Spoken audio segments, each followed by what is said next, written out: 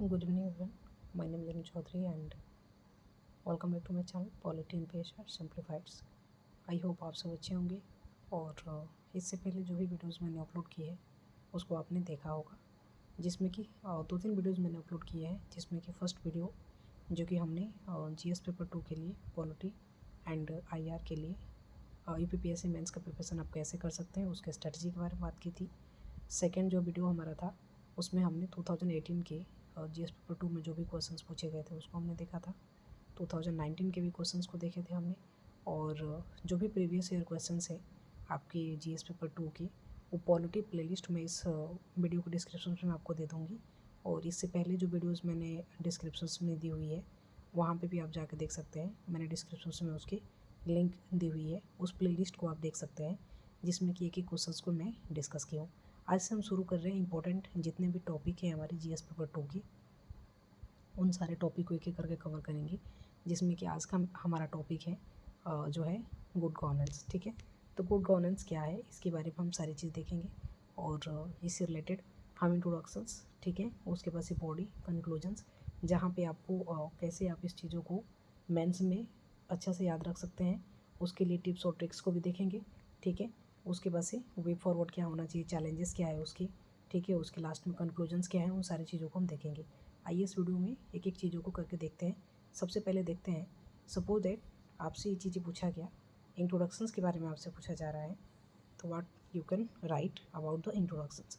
ठीक है, तो आइए इंट्रोडक्शंस के बारे में सबसे पहले देखते हैं।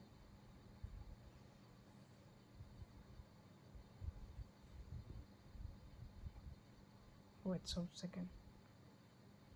ठीक है, तो आइए सबसे पहले इंट्रोडक्शंस के बारे में हम देखते हैं। इंट्रोडक्शंस हमारा क्या है।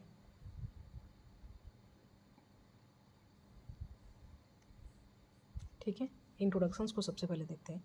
तो इंट्रोडक्शंस को जब भी देखेंगे आप यहाँ पे, तो इंट्रोडक्शंस के लिए क्या क्या चीज़ें आप लिख सकते हैं। इंट्रोडक्शंस में सबसे पहले आप लिख सकते हैं, क्या लिख सकते हैं, good governance refers to system of governance that is accountable. क्या क्या है, तो पहला है अकाउंटेबल, दूसरा है आपका ट्रांसपेरेंट, और तीसरा है रिस्पॉन्सिव, चौथा इक्विटेबल, और पाँचवा है पार्टिसिपेटरी। ठीक है, इसके तौर पे आप इसको लिख सकते हैं, और कैसे इन सारी चीज़ों को याद रख सकते हैं इसके लिए एक निमोनिक भी मैंने बना रखी है। ठीक है, उसके बाद से सेकेंड चीज़ें हैं, it ensures that the process of decisions makings and its implementations meets the needs of the peoples and particularly in the most vulnerable sections of society. ठीक है, तो ये इसके इंट्रोडक्शंस हो गए। अब आइए देखते हैं इसके दूसरे पार्ट्स की तरफ बढ़ते हैं, जिसमें कि हम देखेंगे यहाँ पे इसकी कैरेक्टरिस्टिक के बारे में। ठीक है, तो कैरेक्टरिस्टिक के बारे में जब भी देखेंगे तो क्या क्या इंपॉर्टेंट चीज़ें हैं इसको देखेंगे। Once second. ठीक है, तो करेक्टरिस्टिक के बारे में देखेंगे, तो करेक्टरिस्टिक के बारे में आपको इंपॉर्टेंट चीज़ें याद रखनी है, वो है आपका क्या है, तो पार्ट सर याद रखना है। पार्ट सर से आपको क्या चीज़ याद हो जाएगा, P for participation, A for accountability, R for rule of law, and T for transparency, C for consensus of orientations, उसके बाद से E for effectiveness and the efficiency, और आर फॉर रिस्पॉन्सिवनेस। ठीक है, ये हमने यहाँ पे इसको पार्ट सर से याद रख लिया, और पार्ट सर से निमोनिक के साथ में इसको हम एक एक करके अभी देखने की कोशिश करते हैं कि इसका मतलब क्या होता है। ठीक है, आइए देखते हैं।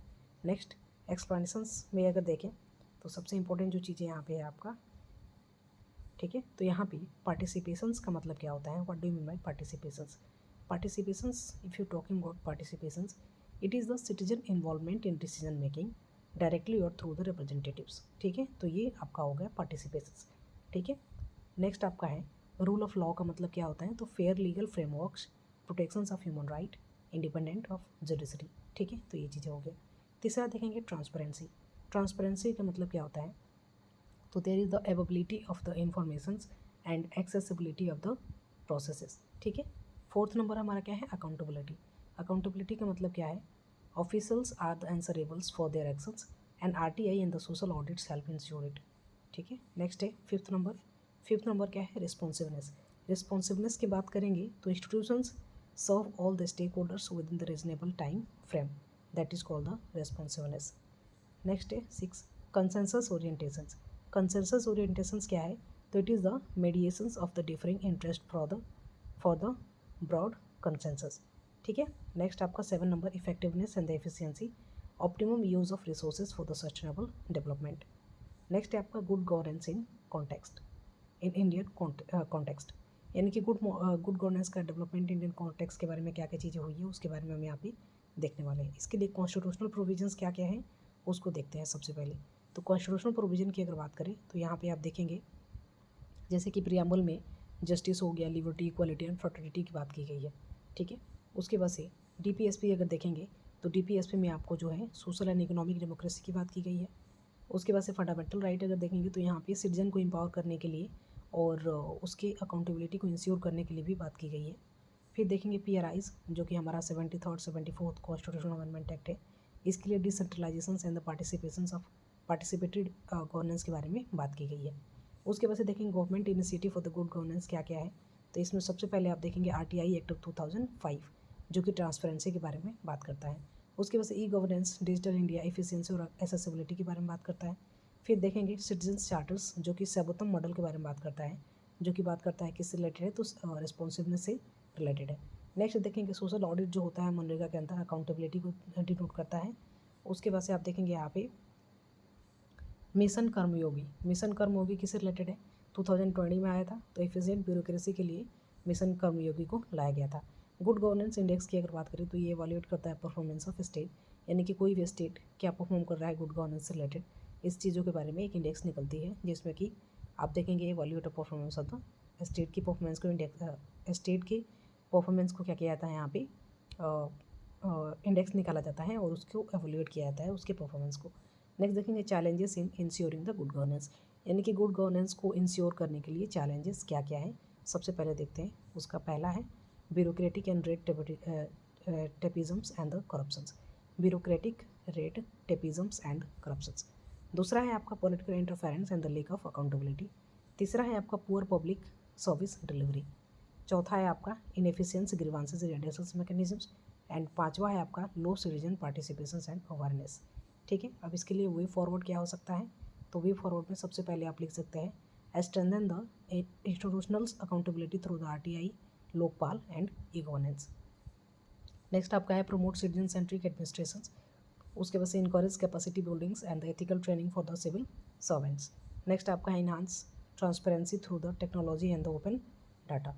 नेक्स्ट है ensure inclusive and the sustainable development. ठीक है, लास्ट में आप कंक्लूजन्स क्या लिख सकते हैं, तो कंक्लूजन में आप लिख सकते हैं good governance is not merely efficient administrative administrations but a morals and the developmental imperatives as former PM Atal Bihari Vajpayee says।